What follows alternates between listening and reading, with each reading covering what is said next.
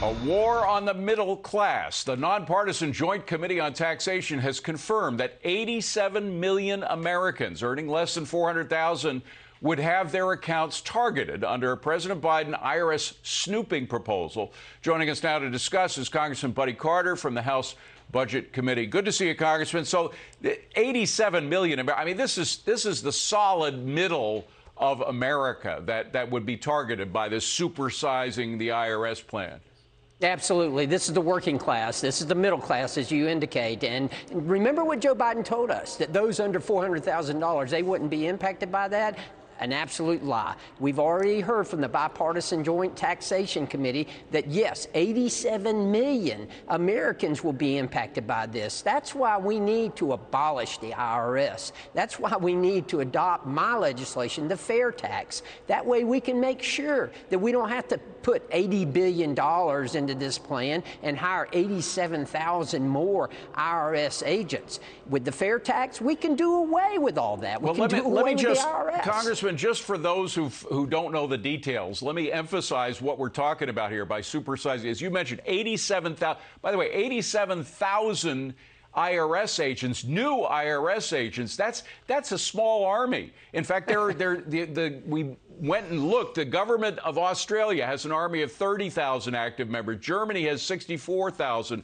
England, our ally England, has an army of 82,000. That's still less than the number of new IRS agents that this supersizing would involve. Plus, they would have this extra snooping authority to look into not only incoming money, but outgoing money of bank accounts. Absolutely. And make no mistake what they are being hired for. The Biden administration wants to hire them to spy on you and to look into your bank accounts. That's exactly what they're there for. This is, this is beginning to look less like America and more like a socialist or a failed socialist nation every day. Now, how would your abolish the IRS rule work? I mean, what kind of tax would you have to replace what we now have? Well, the very popular fair tax, which has been around for a long time and we haven't adopted yet, of course, it would set a median tax of 23%, and that would go on everything. It would be a consumption tax. So if you bought something, you pay that tax. I mean, it's inherent in anything that you buy. People don't like taxes. I understand that.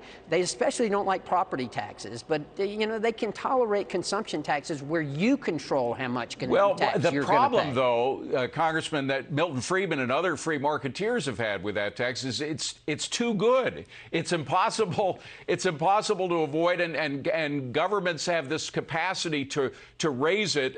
In Europe, you have some 40% consumption taxes in some countries. Wouldn't a better way be the Steve Forbes flat tax, just a flat 20% tax rate on everybody with no deductions, everybody and every corporation? I'd be in favor of that. If we can get that passed, I'm all for it. Look, anything we can do to abolish the IRS, I'm voting for. All right. And the bottom line is, will this pass, this supersizing the IRS? I mean, it's still a part of the Build Back Better plan, but I don't think Joe Manchin would be in favor of this. Is he? I certainly hope not. I certainly hope he holds his ground. I hope Kirsten Sinema holds her ground. I served with her in the House. I know her to be a person of her word. So I'm hoping. And listen, this Build Back Broke plan that they are proposing here, and don't be fooled, this is not down to $1.75 trillion. It is still $3.5 trillion. The only thing they did was cut back the length of the programs. And you know that once they get those programs started, they'll never end. Congressman Buddy Carter, great to see you, sir. Thank you for coming in tonight. Appreciate it. Thank you.